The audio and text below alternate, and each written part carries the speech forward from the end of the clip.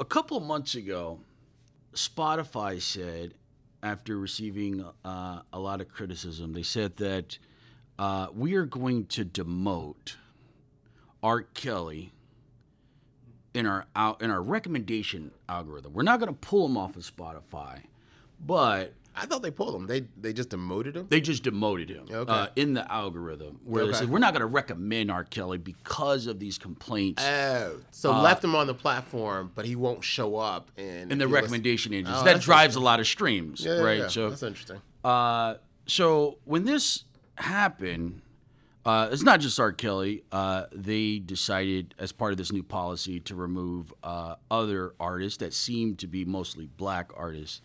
You know, on one hand, it's like, okay, R. Kelly, there's some big issues in terms of him abusing women. There's some moral and ethical issues for sure with R. Kelly.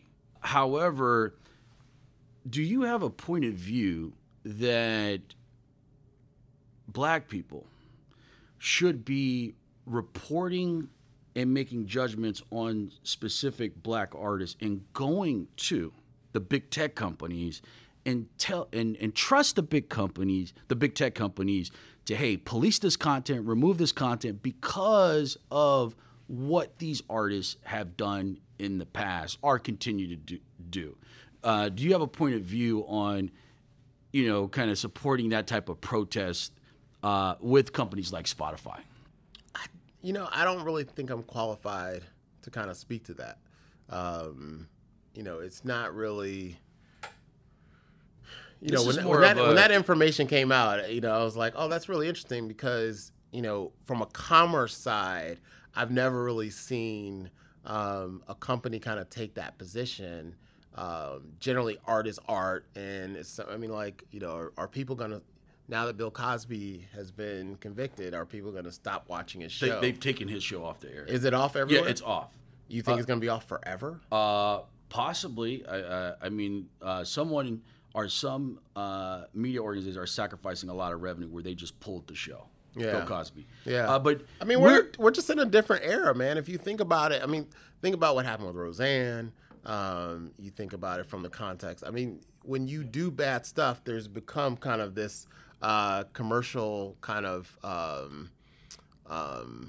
backlash where, it can happen. But the question I think that you're asking, or at least that's what's in my head, is where do you draw the line?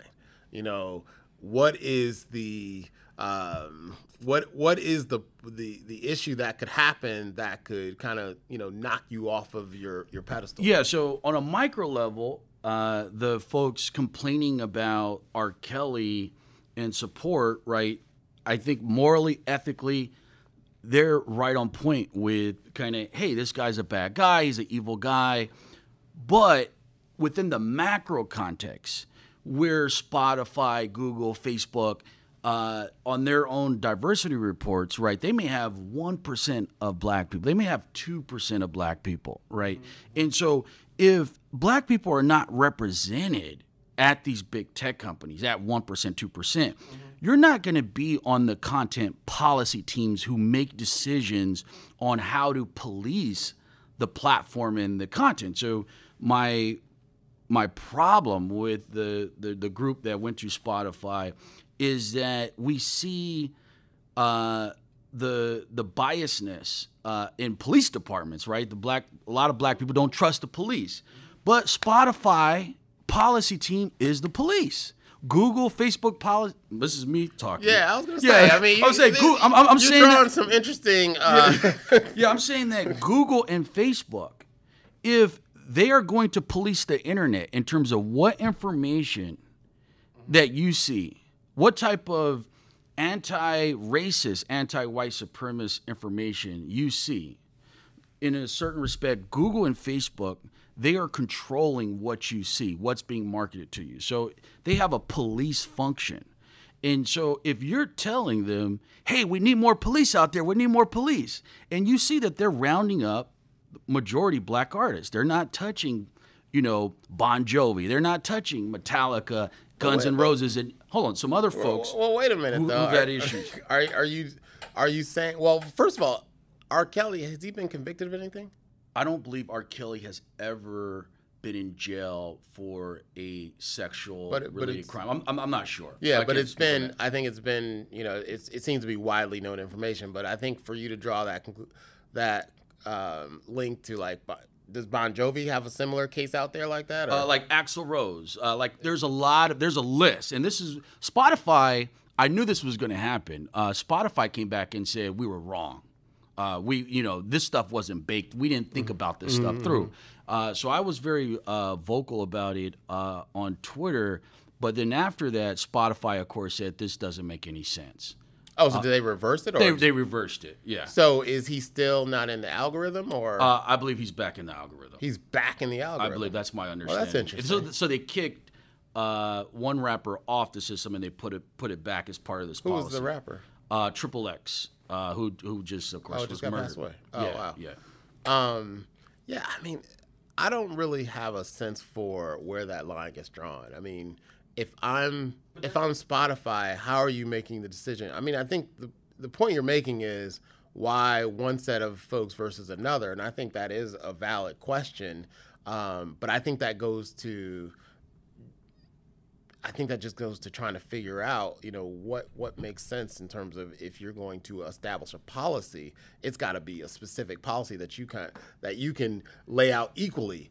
Exactly. You can't exactly. just choose two folks and then draw your like Michael Jackson, right? How many accusations came against Michael Jackson? You're not gonna get me on this podcast saying anything bad about Michael Jackson. Yeah. I'm not asking you to, but if, at least in my view, if it's going to be so ambiguous, I do not trust a Google, Facebook, Spotify to police the content, the artist in an even way. So if I think there's always going to be a challenge when you have commercial institutions that are trying to make decisions on morality, because I think there's just a lot of just stay out of it.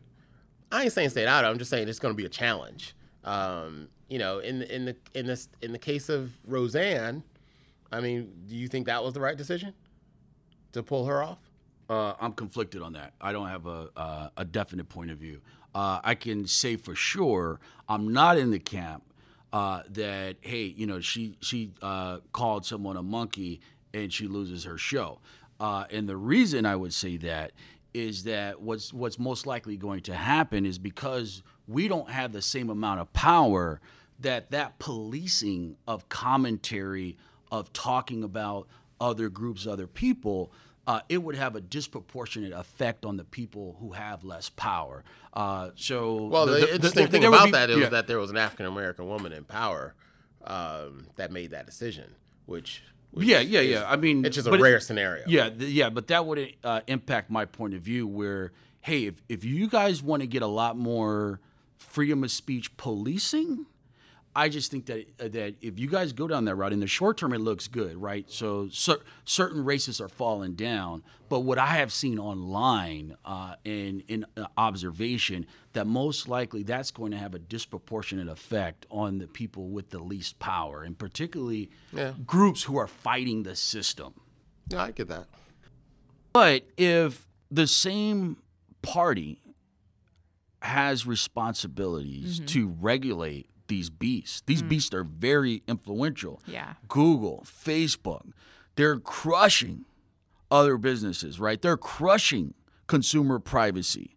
They're policing what content you see and which content you don't, which content is promoted, which content is not. For example, Twitter, a month ago, they unverified Minister Louis Farrakhan.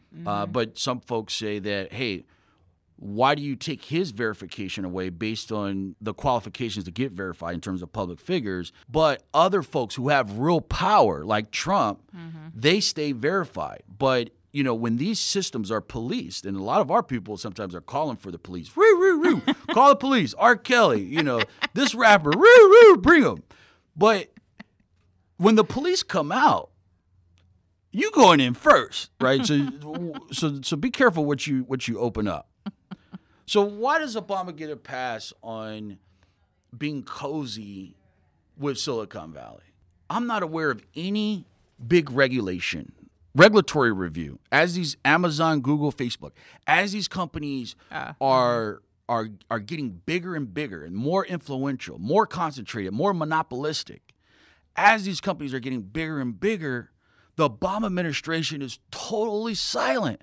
But Obama's in the bed with this group. So I'm thinking at the big picture, right? So we can't have the leaders having a master in terms of the white liberals in Silicon Valley, because these people are part of the problem in terms of the inequality in society.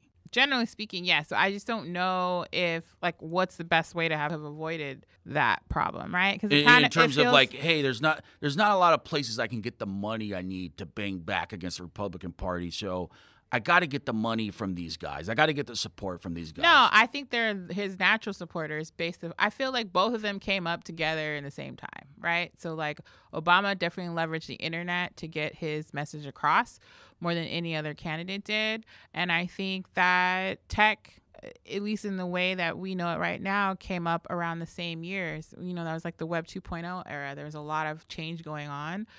And so I don't know if we could have avoided this, because it just seems like both Obama and Silicon Valley really saw a surge around the same time. It's not as if Silicon Valley had existed for decades. But Obama, and then he helped create this problem of the market concentration, the abuse of privacy, of having these monopolistic entities and their claws over everything, and kind of having a unhealthy control over winners and losers in the economy, in society.